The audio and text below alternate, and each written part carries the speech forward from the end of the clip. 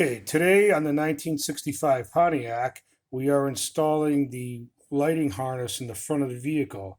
It's an American Auto Wire upgrade harness. Very nice, nice, good stuff to work with.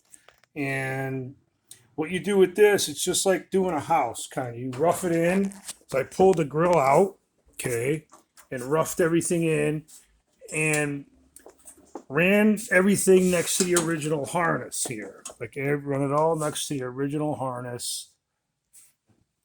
And just like you're doing plugs and switches, if you're an electrician, you're going to have everything that terminates your wiring is going to be exactly in the place where it needs to be.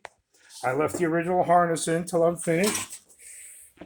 And next time we're going to cut it, terminate it, pull it back out, wrap it, and put it back in, and that'll be that.